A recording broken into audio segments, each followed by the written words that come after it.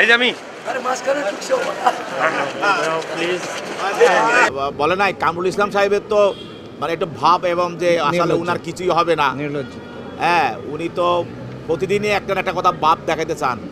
তো উনি বলছেন যে কথা বলার লাভ নাই, তা আমি বলছি 19 বছর বলছেন আর বলা দরকার নাই, 17 বছর তো অনেক বলছেন, এখন একটু চুপ থাকেন, এখন অন্যদেরকে বলতে দেন।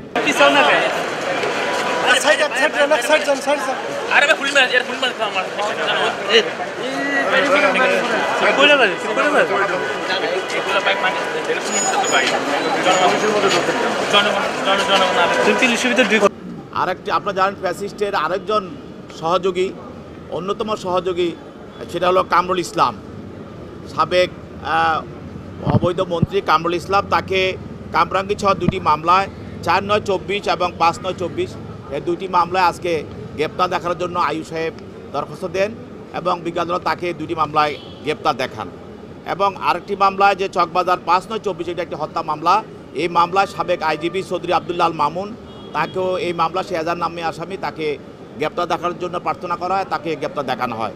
এছাড়াও আপনি আজকে পল্টন থানায় একটি হত্যা মামলায় ফ্যাসিস্টের সাবেক সহযোগী এবং সচিব শাহ কামাল। বছর শেষের খুশি নগদে হবে বেশি, নগদ পেমেন্টে নির্দিষ্ট ক্যাটাগরির কেনাকাটায় 300 টাকা পর্যন্ত ক্যাশব্যাক। শাহ কামাল তাকে একটি হত্যা মামলায় আজকে 7 দিন রিমান্ড প্রার্থনা করা হয়, সেখানে তার বিরুদ্ধে 2 দিন রিমান্ড মঞ্জুর করা হয়। এছাড়াও মতিঝিল থানা 5/8/24 একটি হত্যা মামলা, এই মামলায় সাবেক সুরাচারের সাবেক দোসর ফ্যাসিস্ট হাসিনার অন্যতম সহযোগী রাশেদ খান মেনন, তাকে এই মামলায় গ্রেপ্তার দেখার জন্য প্রার্থনা করা হয় এবং তাকে এই মামলায় গ্রেপ্তার দেখানো হয়। পল্টন থানা আরেকটি মামলায় সাবেক আওয়ামী লীগের নেতা মাসুদা ইঞ্জিনিয়ার মাসুদা এবং গাজীপুরের সাবেক ভারপ্রাপ্ত মেয়র আসাদুজ্জামান কিরণ, তাকে দুইটি মামলায় গ্রেপ্তার দেখানোর জন্য প্রার্থনা করা হয় এবং তাদেরকে দুইটি মামলায় আদালত গ্রেপ্তার দেখিয়ে তাদেরকে CWMলে জেল হাজতে প্রেরণ করে। আসামিরা বলে নাই কামরুল ইসলাম সাহেবের তো মানে একটু ভাব এবং যে আসলে উনার কিছুই হবে না, হ্যাঁ উনি তো প্রতিদিনই একটা না একটা কথা ভাব দেখাইতে চান।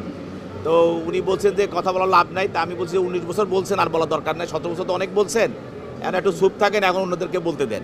রিমান্ডের আবেদন শুনে আমরা বলছি যে তদন্তকারী কর্মকর্তা কখন রিমান্ড চায়, যদি তিনি দেখেন যে আসামিকে প্রাথমিক তদন্তে যদি তিনি পান যে আসামির অন্যান্য আসামিদের সঙ্গে জিজ্ঞাসাবাদে বা ঘটনা তদন্ত করতে গিয়ে যদি এই আসামির বিষয়ে মামলার সঙ্গে জড়িত বিষয়ে ওনার কাছে স্পষ্ট হয় এবং উনি যদি বুঝতে পারেন যে এই আসামির সঙ্গে অন্যান্য আসামিদের যারা পালিয়ে আছে বা যারা ঘটনার সঙ্গে আরও জড়িত আছে তাদের একটা যোগসূত্র আছে, তখনই তাদেরকে রিমান্ডে আনা হয় এবং রিমান্ড চাওয়া হয়।